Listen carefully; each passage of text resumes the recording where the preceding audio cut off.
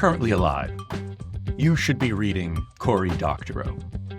If you're not, reading his stuff, that is, like his blog at pluralistic.net, you should start right now. Seriously, I'll wait. Doctorow is a prolific writer and critic of our big tech-dominated corporatocracy. Last week, he wrote a piece about how bullies all want us to think they're on our side. So, for example, when Apple says they're on your side by preventing Facebook from spying on you through your iPhone, they neglect to mention that when they spy on you through your iPhone, harvest your data and sell it off, there's nobody there to protect you. Or bosses telling us that wage stagnation was due to illegals stealing our jobs, not because they smashed unions. And of course, many of them illegally hired undocumented workers, underpaid them, pocketing the difference for themselves. He's also got some great fiction that explores the specific weirdnesses and worries of our modern times, from alternative currencies to climate change. But one of Doctorow's most biting insights is this concept of enshittification of internet platforms, as he calls it. See if this sounds familiar. A new platform launches and it's great for its users.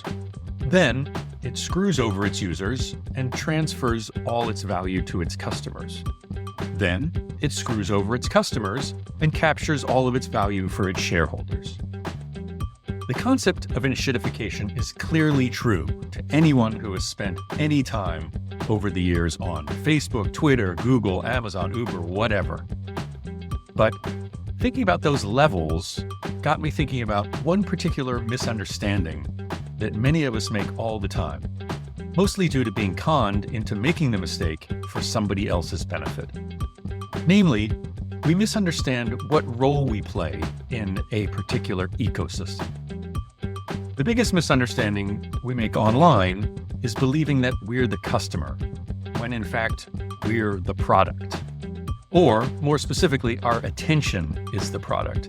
It's harvested, commodified, and sold off for the benefit of big tech shareholders. Remember when you used to search for something on Amazon and what you wanted popped up in the results?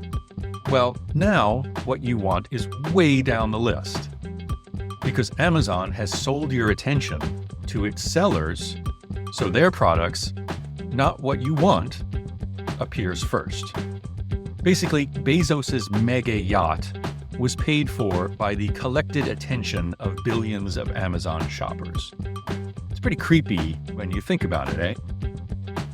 So this week, I want to talk about a few ways that we misunderstand our place in the world, usually due to someone else convincing us of our place, and what we can do about it. Stay tuned.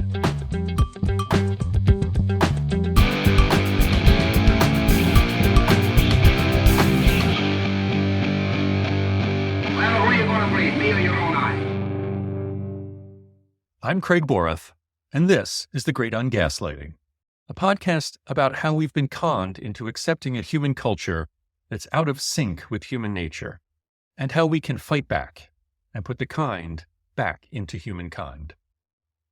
I do this stair workout a few times a week, and I have a couple of pet peeves about my fellow exercisers. One is people who sit in their cars with the engines running for like 20 minutes while they do God knows what, and we all breathe in their exhaust fumes. Another is people who stop halfway down the flight of stairs to check their phones. The stairs can get kind of crowded, so people have to wait for a path to clear among the folks coming up the other way so they can go around. Regardless of whether it's people texting or scrolling or whatever, I just want to tell them, look around you. It's a beautiful day. You're outside. There are trees. There are birds. There's other people. Be where you are. Attention is pretty damn important. Greek Stoic philosopher Epictetus said, "You become what you pay attention to." And British writer Oliver Burkeman, who recently published a book called 4,000 Weeks, Time Management for Mortals, I think said it best. He said, "Most other resources on which we rely as individuals, such as food, money, and electricity, are things that facilitate life and in some cases, it's possible to live without them, at least for a while. Attention, on the other hand, just is life. Your experience of being alive consists of nothing other than the sum of everything to which you pay attention. At the end of your life, looking back, whatever compelled your attention from moment to moment is simply what your life will have been. So, what I want to tell those distracted folks working out on the stairs and everyone listening out there is this: your attention is priceless. Don't give it away so cheaply. If you're doing anything mindlessly, especially something where your attention is a product someone else is profiting from, you are undervaluing your attention. You are undervaluing your life. Demand more for your attention. Find things that capture your attention and give you something in return. Useful knowledge, genuine emotion, deep enjoyment. Demand more.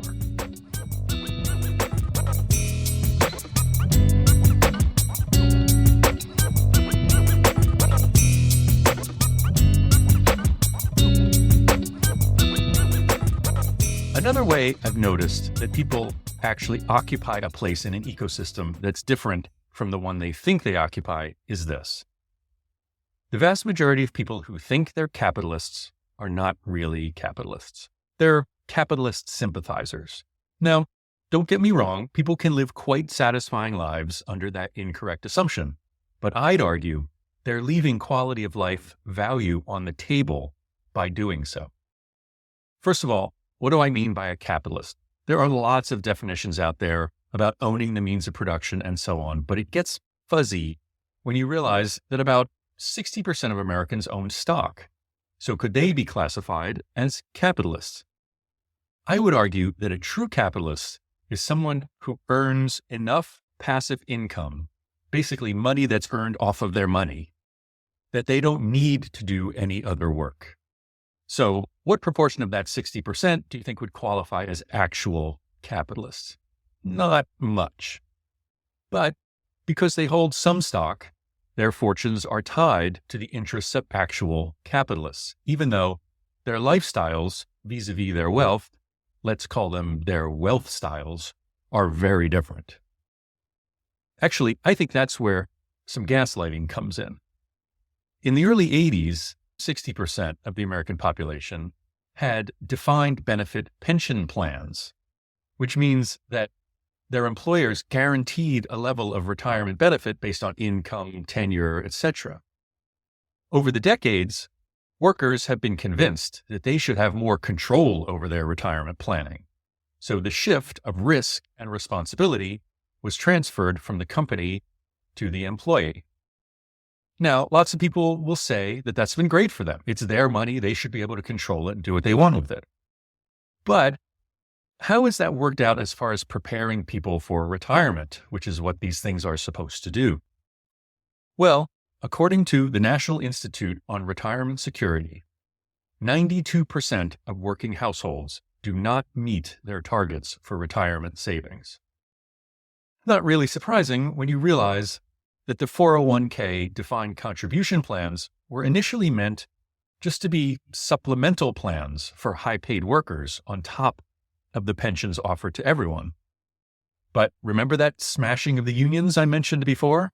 Well, once the unions lose bargaining power, you can get rid of the defined benefit pensions that cost companies quite a bit and leave everyone to fend for themselves with their 401ks. So, as you can see, when many of us imagine we're something that we're not, there can be consequences we don't even think about because we don't even realize that there's any kind of disconnect. By the way, just as an aside, for anyone who is convinced they're a capitalist and also that socialism is pure evil, I have one little thought experiment that might change your mind. In 1986, Congress enacted, and President Reagan, of all people, signed into law, the Emergency Medical Treatment and Labor Act, which guaranteed public access to emergency services regardless of ability to pay. So, let's imagine there's a man standing at the doors of your local hospital, and he has a heart attack. And this man has nothing. No money, no driver's license, no wallet, nothing. Do you take that person into the hospital and treat them? Or do you let them die on the hospital's doorstep? If you said treat him, then you are a socialist. You might not be the public should own the means of production, capital S socialist, but you believe that the public has an obligation to all of its citizens. And that's socialism. And by the way, that 1986 law was more instrumental in creating real socialized medicine in the United States than the Affordable Care Act ever was. So the actual father of socialized medicine in America, it's not Obama, but Reagan. So really, all we're arguing about is just the degree to which we should have socialism, because most decent people agree we should have it to some extent. This is all just something to keep in mind, especially as we get into the putrid depths of campaign season this year.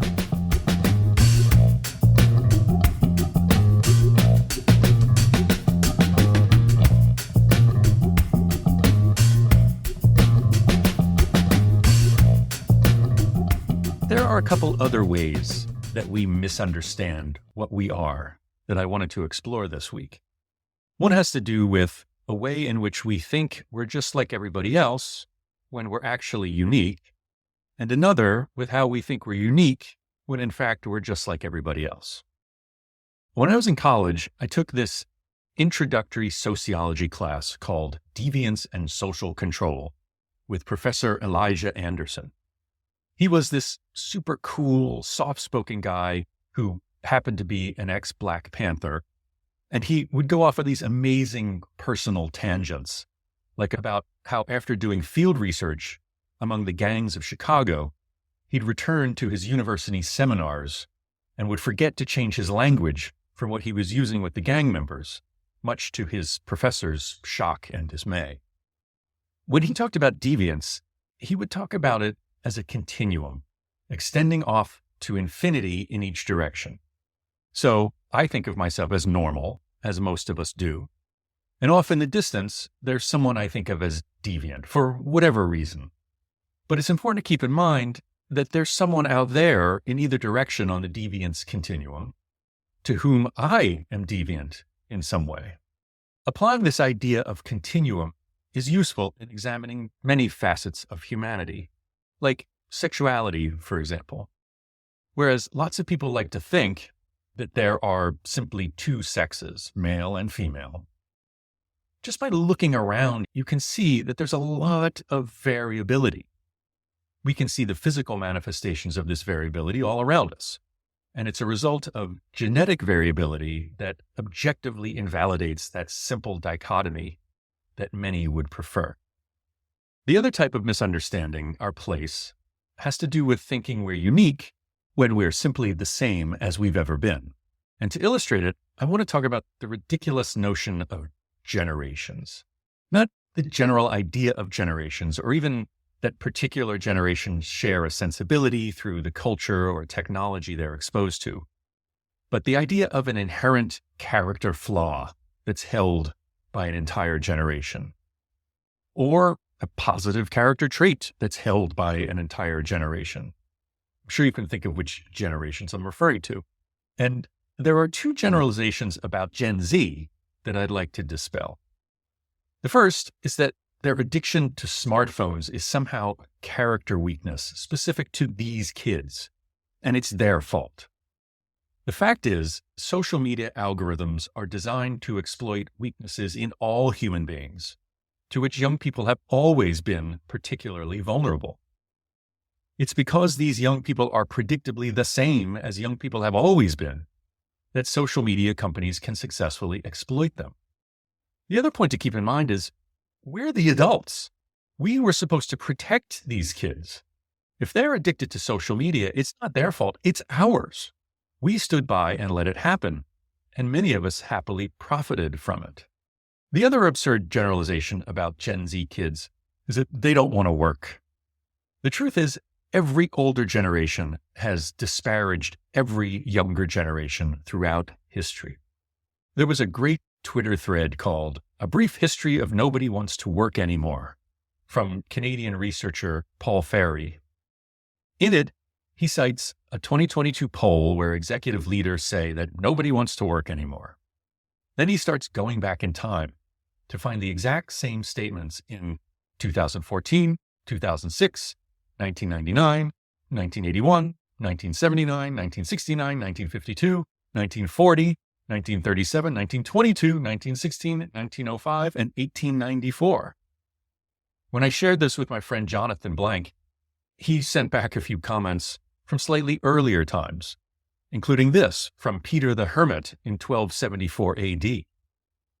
Quote, "The world is passing through troublous times. The young people of today think of nothing but themselves. They have no reverence for parents or old age. They are impatient of all restraint." Or from Hesiod in 700 BC, "I see no hope for the future of our people if they are dependent on the frivolous youth of today, for certainly all youth are reckless beyond words." Of course, it might be possible that the youth of today are unique in the sense that they might be the first generation who are right to reject participation in the world that we've created for them. So, what's the takeaway from all of this? Well, I hope that it's a motivator to really interrogate the things you automatically believe to be true, particularly about yourself. To trust your gut so that when something doesn't feel quite right, you can dig a little deeper and find out if your assumptions are correct and if your behavior is serving the purpose that you want it to serve. And in general, I encourage everyone to heed Lydia Polgreen's suggestion from her wonderful piece in the New York Times last December titled, "There is no way to live a life without regret." That, quote, "we should all learn to wear all of our identities a bit more lightly," unquote. So that while we may believe right now, deep down inside, that we are one particular thing or one particular way, realize that we don't have to be. We can change. Those definitions may have been imposed by outside forces, outside self-interested forces. And upon collecting contradictory data, it's okay to change what you think you are or who you think you are based on your best understanding of reality. Well, that's it for this week. Until next time, be kind to yourself, cut each other some slack, and use your damn turn signal.